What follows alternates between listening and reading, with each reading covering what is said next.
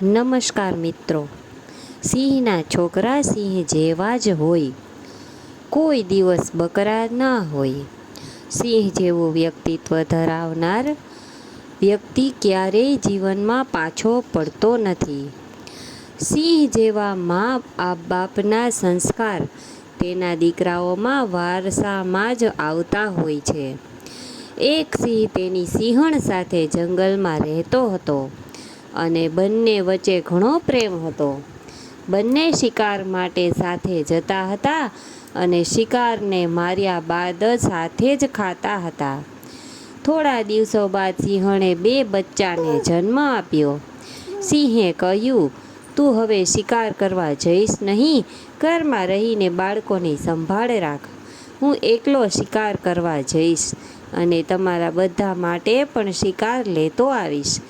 તે દિવસથી સિંહ શિકાર માટે એકલો જ જવા લાગ્યો. સિંહણ ઘરમાં જ રહી અને બંને બાળકોની સંભાળ લેવા લાગી. એક દિવસ સિંહ જ્યારે શિકાર કરવા ગયો ત્યારે આખો દિવસ ફરવા છતાં તેને કંઈ મળ્યું નહીં. પાછા ફરતી વખતે તેણે જંગલમાં શિયાળના બચ્ચાને એકલા ભટકતા જોયા. આજે સિંહણ માટે ભોજન નથી મળ્યું તો આ શિયાળને જ કેમ ન લઈ જવું? આવું વિચારીને સિંહે બાળકને પકડી લીધું. સિંહ શિયાળના બાળકને લઈને ઘરે પહોંચ્યો. આ સિવાય બીજું કંઈ આજે જંગલમાં મળ્યું નથી. તેને બાળક માનીને હું તેને મારી ખાઈ શકતો નથી. તું તેને મારીને ખાઈ જા, સિંહે કહ્યું. સિંહણે કહ્યું, જ્યારે તમે તેને બાળક સમજીને મારી શકતા નથી તો પછી તમે મને તેને મારીને ખાવાનું કેમ કહો છો? હું તેને મારીને ખાઈશ નહીં. હું જે રીતે મારા 2 બાળકોની સંભાળ રાખું છું તે રીતે હું તેની સંભાળ રાખીશ. આજથી મારે 3 બાળકો છે. તે જ દિવસથી સિંહણ શિયાળના બાળકને પોતાના પુત્રોની જેમ સંભાળવા લાગી. શિયાળનું બાળક પણ સિંહના 2 પુત્રો સાથે મોટું થવા લાગ્યું. જ્યારે 3 બાળકો મોટા થયા તો સાથે રમવા લાગ્યા. સિંહના બચ્ચા સમજી શક્યા નહીં કે તે બંને સિંહના બચ્ચા હતા અને આ ત્રીજું શિયાળનું બચ્ચું હતું. એ જ રીતે શિયાળનું બાળક પણ પોતાને સિંહના બાળકોથી અલગ માનતું ન હતું. જ્યારે તેઓ થોડા વધુ મોટા થયા ત્યારે 3 બાળકો એક દિવસ જંગલમાં રમવા ગયા. તેણે એક હાથી જોયો. સિંહના 2 બચ્ચા હાથીની પાછળ ગયા, પરંતુ શિયાળનું બચ્ચું તેને જોઈને ડરી ગયું. તેને સિંહના બચ્ચાને રોક્યા અને કહ્યું, અરે તેની પાછળ ન જાઓ, તે હાથી છે. તે તમારા બંનેને પગથી કચડી નાખશે. પરંતુ સિંહના બચ્ચાએ શિયાળના બચ્ચાની વાત ન સાંભળી. તેથી તેઓ હાથીને મારવા પાછળ ગયા, પરંતુ શિયાળનું બચ્ચું ડરી ગયું અને તેની માતા પાસે આવ્યું. થોડા સમય બાદ બંને સિંહના બચ્ચા તેમની માતા પાસે પરત ફર્યા. તેણે તેની માતાને કહ્યું, અમને જંગલમાં એક હાથી મળ્યો. અમે બંને તેની પાછળ દોડ્યા, પણ અમારો ત્રીજો ભાઈ ડરીને ઘરે આવ્યો. શિયાળના બાળકને ગુસ્સો આવ્યો. તમે બંને પોતાને બહાદુર અને મને કાયર કહો છો? તમે તમારામાં હિંમત હોય તો આવો, હું તમને બંનેને પછાડીને જમીન પર ફેંકી દઈશ.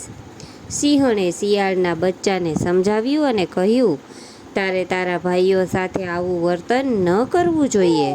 તેઓ તારા વિશે ફરિયાદ નથી કરી રહ્યા, પરંતુ મને સત્ય કહી રહ્યા છે. તું હાથીને જોયા પછી ગભરાઈ ગયું હતું ને? શિયાળના બચ્ચાને સિંહણની વાત જરા પણ ગમી નહીં.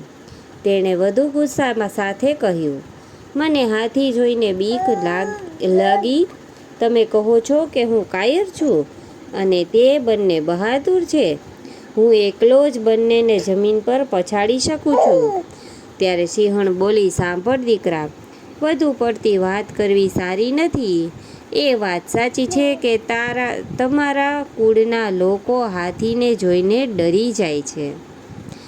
સિંહણની વાત સાંભળીને શિયાળના બાળકે ખૂબ જ આશ્ચર્યજનક સ્વરે કહ્યું, શું બોલો છો?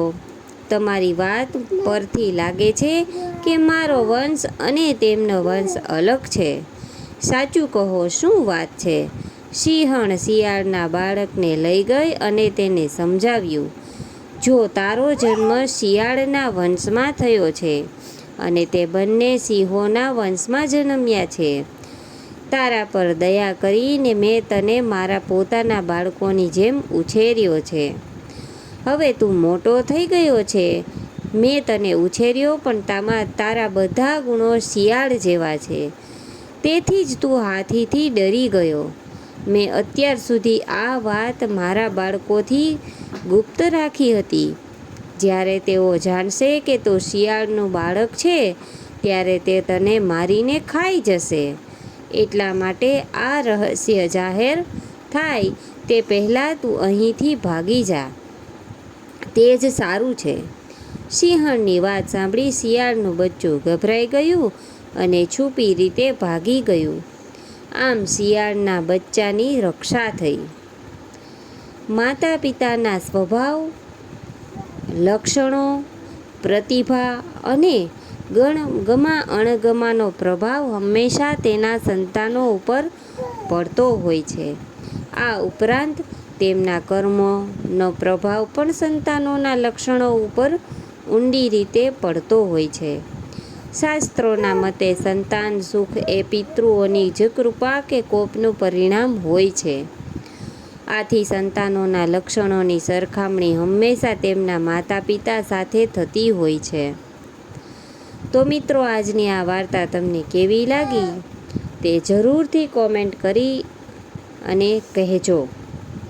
તથા અમારા આ વિડીયોને લાઈક કરી વધુમાં વધુ લોકોને શેર પણ કરજો.